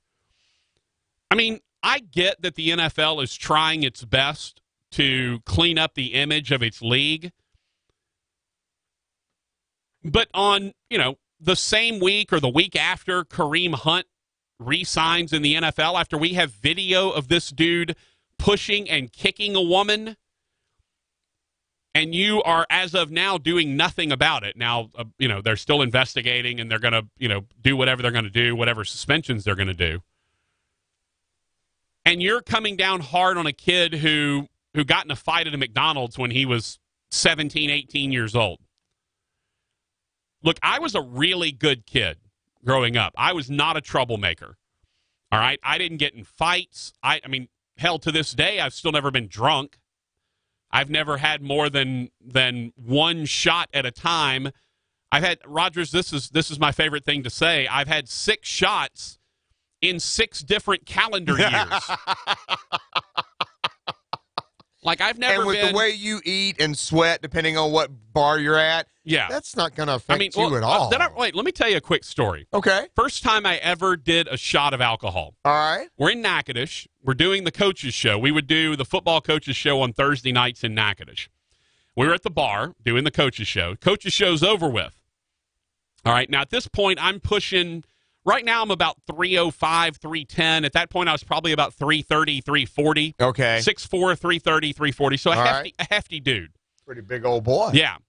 So after the game, one of the fans, one of the Northwestern fans, is a Mizzou alum and a Mizzou backer. Well, Mizzou was playing Thursday night football that night. So he said, you know what? Every time Mizzou scores, I'm buying a shot for everyone. All right, so we get done with the show. This was not when Mizzou was doing like they are now, where they're scoring like this was like 7-8 years ago when they weren't scoring a lot of points. Okay, I get it. So Mizzou scores a touchdown, right? Line up shots for everybody. Well, there's like 10 of us sitting around a table. And they go, all right, how many shots? And he starts going around. You'll have one, you'll have one, you'll have one, you'll have one, you'll have one. He looks at me, and I go, no, I don't drink. So he goes, okay. He goes, well, let's do 10 anyway. So they bring 10 shots. Everyone lines them up, right? So like, hey, Mizzou scored, ding, throw them back. There they go. There's one shot left on the table sitting right in front of me. Well, my good buddy Doug Ireland, who I've known for, 20 years now, knows I don't drink, has never seen me drink a drop of alcohol in his entire life. And that shot is sitting right in front of me. And it's me and him and 3 girls from college, 3 Northwestern students, all sitting at the table. And I look at Doug, and I look at the shot, and he starts chuckling because he knows I'm not going to drink it, right? I don't drink. That's what I do. I just don't do it. So I look at the shot, I look at him, I kind of, give him a sort of raise the eyebrows a little bit, and he's starting to get excited. So I grabbed that thing. It was a shot of Patron, by the way. I'll never forget it. So I grabbed that shot of Patron, and I kicked that sucker all the way back and just down it. And I slammed the shot glass on the table like I've done it a million times, and Doug literally started clapping. He's like, are you kidding? What? And the girls don't understand why this is a big deal, right? So they're like, what's going on? And Doug said, that is the first time I've ever seen this man drink alcohol. And I've known him. At that point, he'd known me for 10 years. He's like, that's the first time I've ever seen this man drink a drop of alcohol. And so he's flipping out. I'm laughing because I'm like, and by the way, it was very smooth. Like most I'd ever had was like a wine cooler when I was on a fishing boat because they didn't have water. That wasn't, bottled water wasn't a thing when I was a kid. So there was like hard beer and wine coolers. So I had like a half a wine cooler when I was 12 because we didn't have anything else to drink on the boat.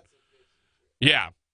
So Doug's like, this guy's never had a drop of alcohol. And Rogers, do you know, I'm sitting there, and one of the girls looks at me probably 10 minutes later. One of the girls looks over at me, and she says, are you feeling anything? I'm like, girl, I am 6'4", 320 pounds. No. Like one little thimbleful of alcohol is not going to black me out, okay? Now, like 3 more of these and let's talk. But I was like, I just had one shot of alcohol. Are you feeling anything? No. I am not feeling anything.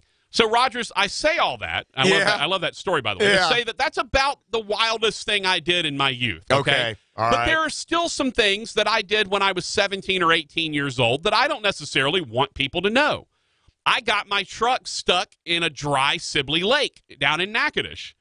I took my Bronco out. I had a Ford Bronco at the time, and the lake was drawn down for some reason. And so the area, I lived on Sibley Lake at the time in Natchitoches, and down by the pier, it was dry. It was just dry land because the lake had been drawn down like 15 feet or whatever. So I'm like, you know what? I'm going to take my Bronco out there, and I'm going to drive around the I don't know why. I didn't know why I thought this was a good idea. Well, sure enough, you know what? What? That lake bed is still pretty soft. So I legitimately got my Bronco stuck in the lake bed. Well, I'm in high school at this time. I'm probably 17 right now. I don't want my mom to find out. I don't want my stepdad especially to find out.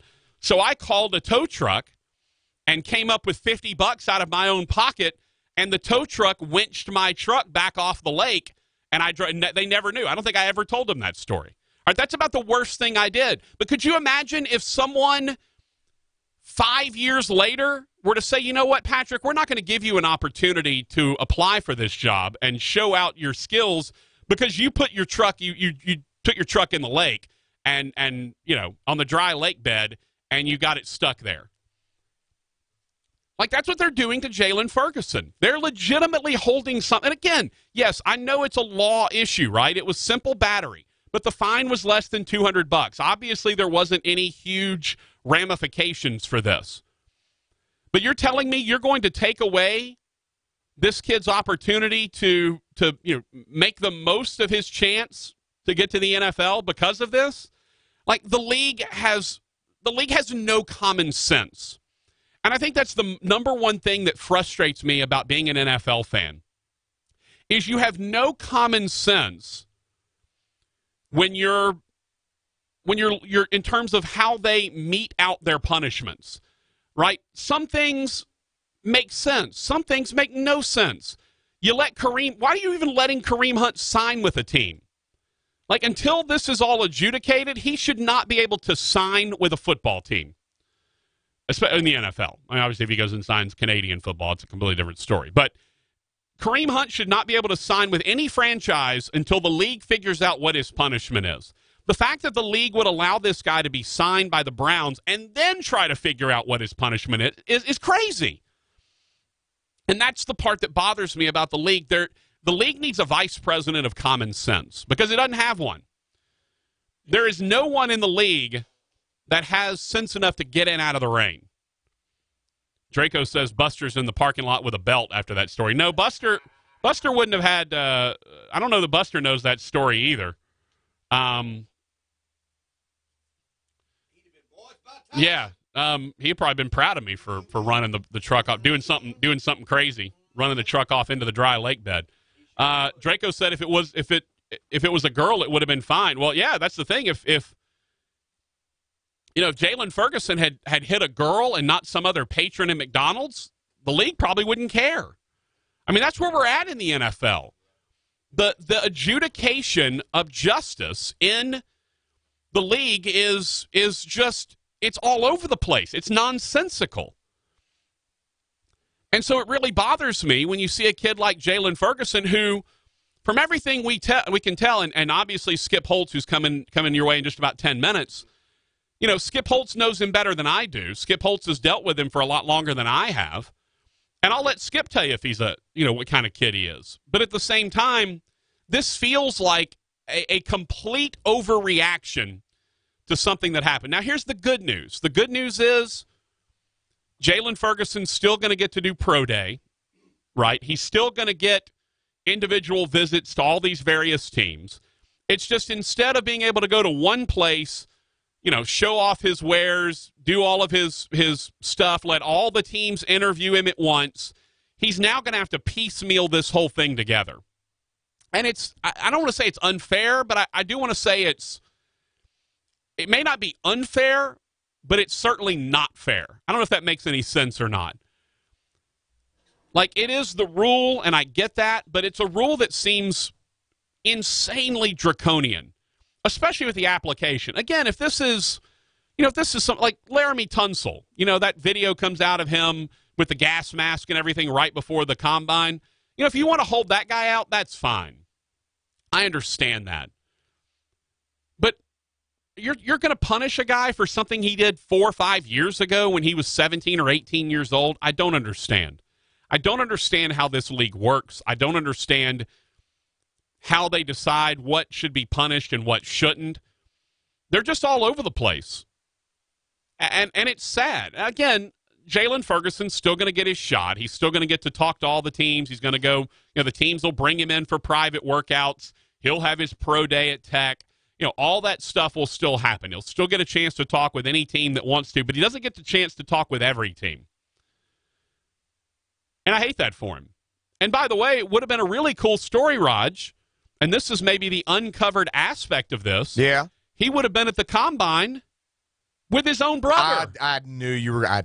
I completely agree. Jazz Ferguson, who was at Northwestern State after transferring from LSU, he got the Combine invite. Talk about helping pump each other up. Yeah, like siblings. How cool would that be for both of them to be together in Indianapolis? I'm with you. I don't understand. I hope Skip can answer that for us. Yeah, and I'm looking forward to chatting with Skip. We'll get his thoughts on the whole situation. We'll talk to him about who Jalen is, and then we're going to talk about next year for the Louisiana Tech Bulldogs and their signing day, how their signing class stacks up, and what we should expect to see moving forward. Skip Holtz, the head coach of the Louisiana Tech Bulldogs, joins us next on the Patrick Netherton Show.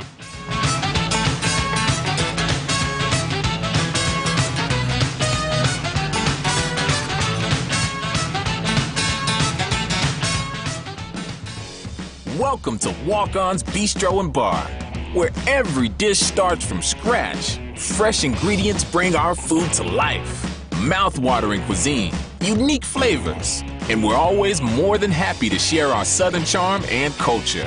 A love of life, family, food, friends, fun, sports, and celebrations.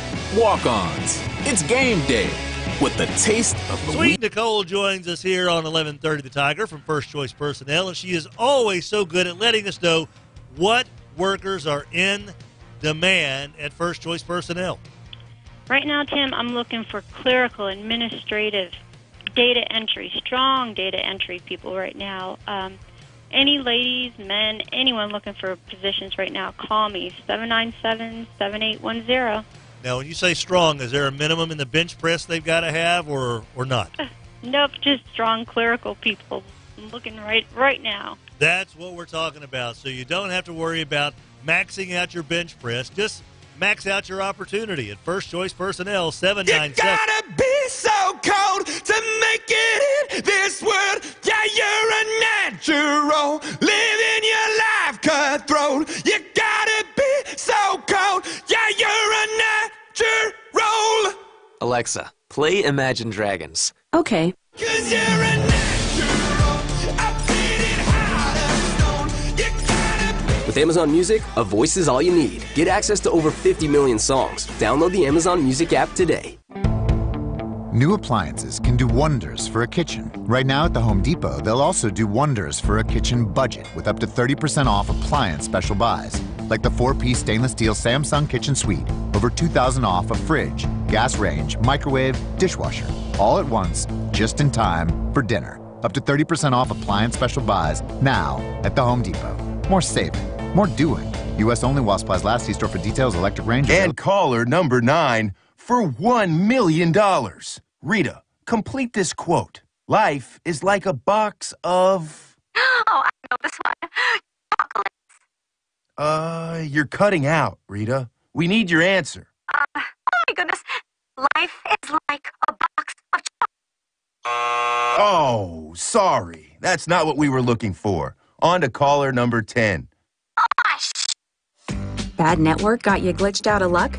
Switch to Boost Mobile's super reliable, super fast nationwide network and get 4 lines, each with unlimited gigs for just $100 a month. Plus, get 4 free phones. Boost makes it easy to switch. Switching makes it easy to save. Offer ends 4/15/19. First line is $100 a month. Lines 2 to 4 free. Requires 1 line to port in. Video streams at up to 480p plus. Music at up to 500 kilobits per second. Gaming at up to 2 megabits per second. Data deprioritization during congestion. Free phones require port in. Coverage and offers not available everywhere. Your daughter's a genius. And with all those smarts comes a lot of travel. So you're at Hampton by Hilton for a science fair in Springfield. Last month she was a mathlete in Martindale. Next she'll be a robot whiz in Riverside.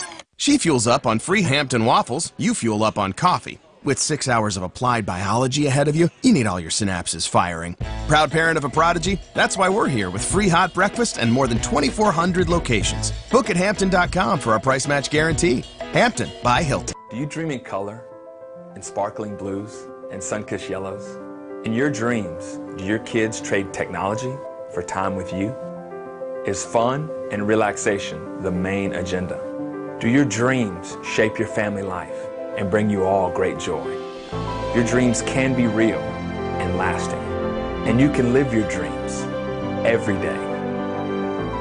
Moorhead Pools, where your dreams come true in your own backyard. It's O-Rewards Bonus Points Month at O'Reilly Auto Parts. Stop in today and check out store-wide savings, plus earn double O-Rewards points on over 200 items. If you're not an O-Rewards member yet, sign up in-store today. It's fast, easy, and free. But hurry, double points are only available for a limited time. O'Reilly Auto Parts. Better parts, better prices every day.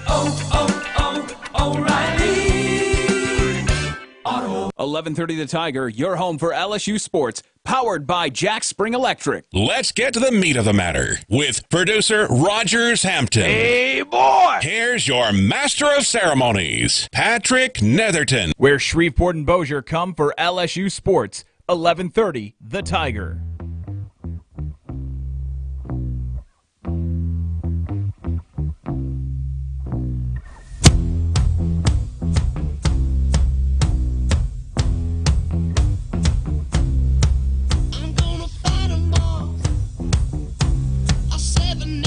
Army couldn't hold me back.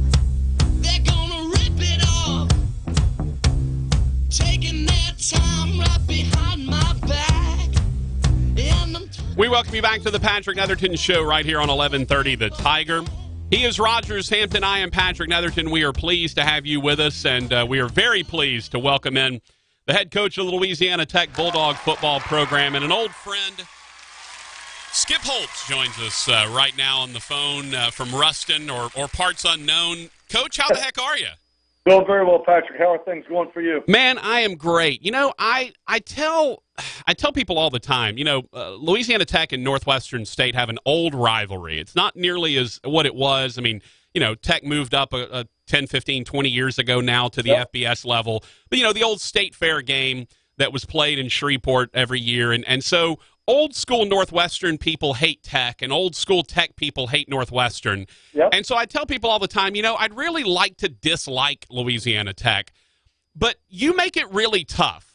I'm not going to lie. Like, you're a good dude who does it the right way, and you're very personable. So while I'd like to hate you in your program, Skip, you're too damn lovable, and I kind of hate that about you. But I just want to say I'm glad to have you on the show finally. Well, it's great to be here, Patrick. I promise you, and I appreciate your kind words. But I will tell you, as much as it is a rivalry, when you look at Northwestern State and Louisiana Tech and all the games that they played and the time spent together, I tell you what, there's a great respect amongst the two as well. And I think when you talk to people that played in the game, there's a dislike. But I think what makes a great rivalry is there's got to be some dislike, but there's got to be some respect as well.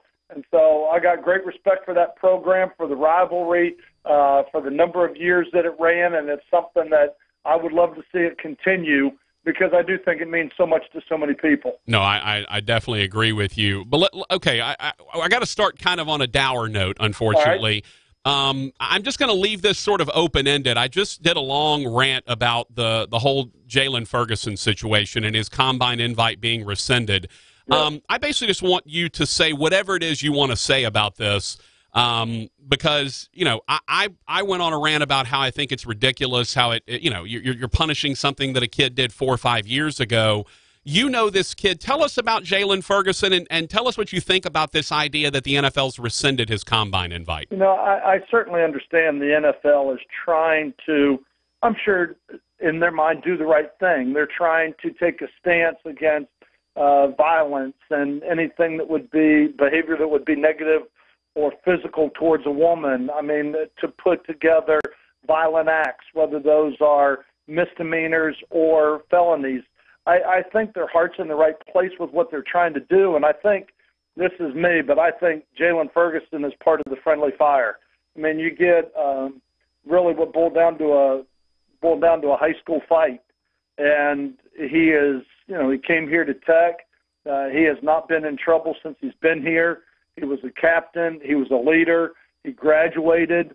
You know, he has done everything the right way. He has developed his body. He's played. And to rescind it over something that happened in high school, I think is unfortunate. But, you know, they have their rules and they're going to do it. But I think for a guy like Jalen Ferguson, I certainly don't think that it's something that will be, I'm going to say, I don't think it's something that's going to be held against him. I don't think somebody said he was a football player that got in a fight in high school, therefore he's not draftable. You just look at what he's done the last 4.5 years that he's been in college and the way that he's grown and developed. I'm really proud of him. I'm proud of the young man that he is. I'm proud of the leader that he is. I'm proud of the example that he sets while he's been here at Louisiana Tech for a lot of the underclassmen to follow. So I think that's the best thing that I can say about him is that when you look at the way that he's led, I think he is I think he's a shining light for Louisiana Tech and the way that he's led and the way he's conducted his business and the way he's done things since he's been here at Louisiana Tech. I obviously, you know him a lot better than I do, Skip. I will say I know his brother, Jazz, who was at Northwestern State for the last 2 years, and if Jalen is anything like Jazz, I think you're talking about a good kid. I mean, Jazz was one of the hardest workers on the team, and I feel like, by the way, not for nothing, but can we talk about the genetics that have to go into that family? Between Jalen, the leader in sacks at all time, and then Jazz Ferguson named the offensive player of the year in the Southland. Like, I mean, who were mom and dad? Were they Olympic sprinters or something? I mean, what, this is amazing.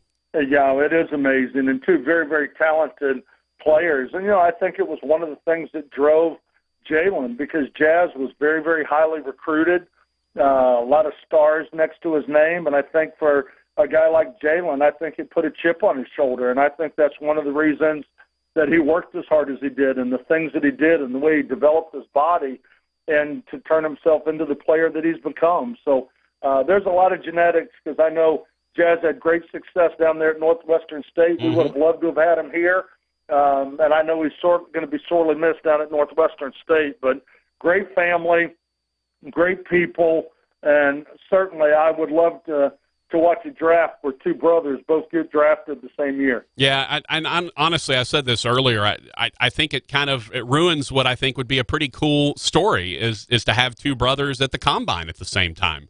Like, what a neat story that is. No, that would have been pretty. That would have been pretty amazing. And like I said, I know that there's been a lot of backlash over the whole thing, and I know that it got rescinded or modified, where now they can do the medical work, they just can't work out, et cetera. So, like I said, I hate it. But the NCAA has the rules. I just don't think that they were built to keep somebody like Jalen Ferguson out.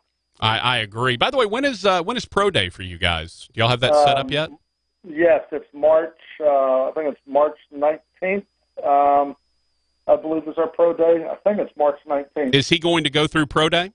He will. He certainly will. March 19th here on campus at 1 o'clock. He certainly will, and I would imagine without him going to the combine to work out, he will draw an awful lot of attention here for Pro Day. Well, it works well for your other guys as well. And this is maybe the silver lining for this, Skip, is that your other guys are also going to be participating in Pro Day, and maybe there's a chance that one of those guys, turns the eye of a team. Well, there will be a lot more people here to watch with Jalen not being at the combine and having, because everybody's going to want the measurable numbers. They're going to want, to do their own system where they height them, weight them, bench press them, time them, weigh them, put them through drills, see how he moves. I mean, if they are going to invest the type of money that they're going to invest in him, they're going to want to be able to see him. And so I think there's going to be a lot of teams here, and I think a guy like an Emmanuel Turner, a guy like Keontae Garner, a guy like O'Shea Dugas, an offensive lineman, because there will be a lot of guys here to watch Jalen, but you're gonna have to watch those other guys as well. And I think some of them are going to have that opportunity to stand out, but they're going to have a pretty big crowd here for Pro Day for sure. Absolutely. Height them, weight them, bench press. Same thing I put my girlfriends through, Skip. It's the exact same way I evaluate talent the same way. Let's talk about the off season now, because the end of the regular season wasn't terrific, but you ended on a good high note with the bowl win over Hawaii. Also a great trip, as always, to Hawaii. Now you turn around, you've named a guy that's got a lot of pedigree as your defensive coordinator, Bob Diaco. Now you're moving forward. You have your signing class, both your early and your formal signing class days have come. Tell me about the off season and what it's looking like moving forward for the Bulldogs. Well, I am excited. I mean, you put a mouthful into that sentence right there. I did. That's my job. Talking about, we could talk the end of the year, and I can only tell you as a head coach, I feel really responsible for the way we finished, and you hate that as a head coach when you've got responsibility into it. But we had 10 straight games. We played like a tired football team, and we had a group of guys that were so incredibly committed. And sometimes when you're in the middle of the forest and you're pushing harder, it's hard to see that. But at the end of the year, with 7 road games and 10 games straight, we were really tired. And when we came back for bowl practice after a week off, and I saw how sharp and crisp they were, that's when it really hit me just how worn down we had got during the season. But I also think it's what drove this team for victory in Hawaii. I mean, to win a 5th bowl game in a row is unprecedented. I mean, we had never won 2 in a row, and now all of a sudden to win 5, to set school records, to set conference record. There's only 2 teams in the country with that active streak going, and that's Louisiana Tech and Wisconsin. To see this senior class go out as the second winningest class since we've gone Division I, I think there was just an awful lot of positive things with last season, and it's one of the reasons that we lost Blake Baker to Miami, who had the opportunity to go be the defensive coordinator in the ACC. But because of our success is also one of the reasons that somebody with the resume that Bob Diaco has, being a coordinator at Notre Dame, at Cincinnati, at Nebraska, linebacker coach at Oklahoma last year, with all their success, been a head coach at Connecticut. It's also one of the reasons that people like Bob Diaco was attracted to come to Ruston. And then you go through signing period, and we sign, you sign a bunch of young players that we're all very excited about. But I think we're hoping those guys can come in and play a role. But I hope those are the names of tomorrow. I hope that the guys that we just signed are going to come in, they're going to conform, they're going to grow, they're going to develop. And I think, Jalen Ferguson signing day was 5 years ago. And now all of a sudden we're looking at the results of it, just like with most of these seniors walking out. When you talk about the Jordan Baldwins and the O'Shea Dugases and the Brandon Dermans, the Jalen's, Cam McKnight, the unselfish role that he played, Emmanuel Turner, Teddy Veal, just some great players that signed here a couple of years ago, and we're hoping that this signing class can have the type of success that the one did that just walked out, which takes us to 2019. This is my favorite time of year. This is when you start to put football teams together. I know that everybody gets excited in July when they say, oh, I'm so ready for football to start. Well, this is the time that I really get excited, because this is when you take your eyes off recruiting, not completely, but you take your eyes off last year's class and you really start to focus on putting this year's team together. And right now we went through our winter workouts. We're about to go on break. The quarter break is coming up here at the end of the week. Our players will have a couple weeks to get away, and then we come back and we start the spring quarter and we start spring ball, which is really when this team's going to start. The depth charts are going to start to get developed. They've been working really hard. Kurt Hester does a great job with them in the weight room, and just seeing some of these guys that have been sitting in a sophomore or junior role, all of a sudden they're about to step up and become major leaders for our football team. So there's a lot we got to get done on the field and off the field with the development of the leadership and bringing this team close together, but I'm certainly excited about the outlook with where we are in February. Talking to Skip Holtz, the head coach of the Louisiana Tech Bulldogs, who look, if nothing else, Skip, you're one of my favorite guests because you can handle a 5-part question and just handle each part 1 through 5. That's part of the reasons why I know I can give that to you, because you can handle it. I enjoy that.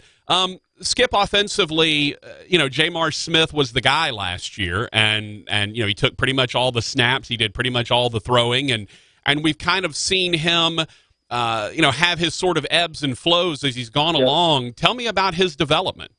Well, I think for one of the things that helped Jamar was having the opportunity to gain all the experience he has as a sophomore and junior. Probably one of the things that hurts Jamar is after Jamar's sophomore spring, the 2 quarterbacks behind him both transferred because they saw how good Jamar can be. And that left a hole behind Jamar, and he hasn't had a lot of competition. And last year, both Weston Elliott and Aaron Allen were both being redshirted. And I think this will be the first time that we go out to spring that there are going to be 3 quarterbacks out there, and Jackson Thompson, who was one of the signees, will be here early as well. So I think you're going to see a very competitive spring, but I also think where Jamar has a leg up on the competition is experience. We watched Ryan Higgins play as a freshman, and everybody said Ryan Higgins wasn't good enough, and Ryan Higgins went behind the curtain as a sophomore and junior and grew up and then came on to have probably one of the most prolific passing years, that quarterbacks had here at Louisiana Tech. I think it was the second-rated passing year anybody had, but he had a chance to grow up behind the curtain, where Jamar has grown up in front of everybody. Everybody's seen Jamar grow up out there on the football field, and I'm hoping that Jamar can take that next step. But I also think that there's some very talented quarterbacks behind him that are chomping at the bit for him to stub his toe a little bit so they can get an opportunity. Talking to Skip Holtz, head coach of Louisiana Tech. All right, this is another multi-part question for you, Skip, because I know you can handle it. Right. I want to talk about some of the new rules that we've seen in college football, specifically 2. Number 1, the 4-game redshirt rule. which we saw implemented this year, and then number two, the transfer portal.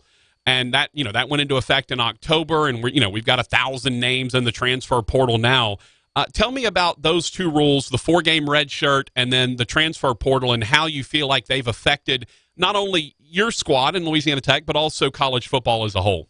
Well, I think red shirt. I think it's the best rule they've ever passed. I believe that.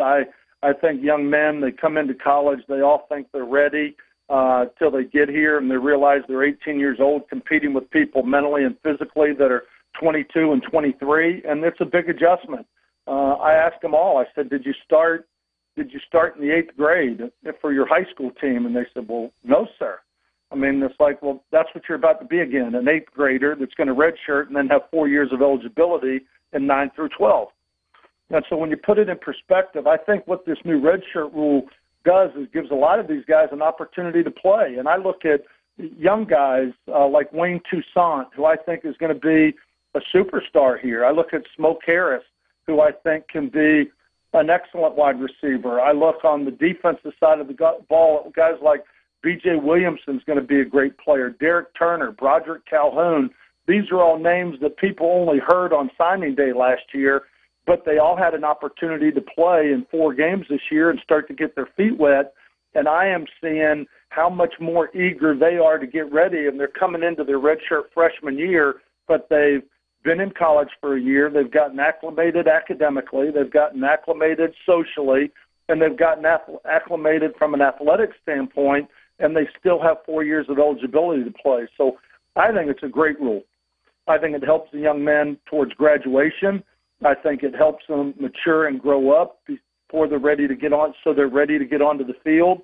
I think it's an excellent rule, and we utilized it heavily in that we did not play a true freshman last year. We were fortunate enough to have the opportunity to redshirt every one of them. Nice. A guy like Aaron Allen is a young quarterback that played a bunch of snaps early in the season for us and then redshirted, and he got game experience as a quarterback. So the first time he goes out to take a snap as a freshman won't be the first time he's ever taken a college play. So I think the rule has been great. I think it benefits the young men. I think it's got so many pluses, but I don't see the negatives to it. So I just think it's a real positive. The transfer portal, on the other hand, this is me personally, I have nothing against a young man that wants to find a new school that's not having the opportunity to play, to have a central location that a young man can go in and find a home where he has a chance as a junior or senior to go into a new program and be able to play and enjoy this great game. I think there's definitely some benefits to it, but I think there's a misconception right now amongst many players around the country that, well, things aren't going well. I didn't play as a freshman, so I'm going to get in the transfer portal and go get recruited again. And there have been 2,000 people that have put their name in the transfer portal this year, and I think the story is going to become August that there's going to be a handful of them that are going to have walked away from a scholarship that aren't going to get another one. And I think that's a crime. That part of it, I think it's a misnomer that I get to go get recruited again. Everybody wants me. I can get in the portal, and the calls will start flooding in. I think there's some good that can come out of it, but I don't like the perception that it's putting in football players' minds right now that, well, I don't get what I want here, I'll just get in the portal and get recruited again. And I think that's a dangerous mindset to get into everything. I tend to agree with you on that. Last thing, we had a listener text in and wanted to know about your new quarterbacks coach. Todd Fitch, when we had some attrition with our staff, and I couldn't be happier for Tim Rattay. He was here for 6 seasons. Obviously, he bleeds blue and red. This is his school. Like, he talks about the T on his chest all the time because of the commitment that he made. He had a great experience here. He was a great coach for us, but he had the opportunity to go to the NFL, and he also had 10 years experience there, and we couldn't be happier for him and his movement. But at the same time, when Todd Fitch was our offensive coordinator, coaching the outside receivers, he's coordinated at Iowa State, at Boston College. He was our quarterback coach at South Carolina. He was my quarterback coach at East Carolina when we won 2 conference championships. He's coached the quarterbacks a lot of places he's been. He's very experienced. He knows the offense. At this late date with movement, you'd hate to be bringing a new quarterback in that the quarterbacks are trying to teach him the offense as we go out on the field in 2 weeks. And I think with Todd Fitch stepping into that position, his familiarity with the players, their familiarity with him, his knowledge of the offense, and his experience coaching quarterbacks, I think it was a no-brainer from the timing of it and having the opportunity to put somebody in that position that has as much experience as he does. Skip Holtz, final question from me, sir. How's your dad? You know what? He's doing great. He's doing great. He's living in Orlando, Florida, with my mom, still traveling and speaking quite a bit, but he's doing excellent. He is as witty and sharp as he's ever been, even at 82 years old, and he's doing great. By the way, do you know, I don't know if you know this or not, but someone we went to, did a remote somewhere, and someone brought the Lou Holtz doll from Arkansas with the checkered red and white pants with the sweater and the glasses, the crazy glasses. Yeah. Have you seen this doll before? I mean, I'm sure you have, right? I remember when it came out at the University of Arkansas. Remember it well. Yeah, well, it's sitting on our board right now, looking at me, Coach. I love it.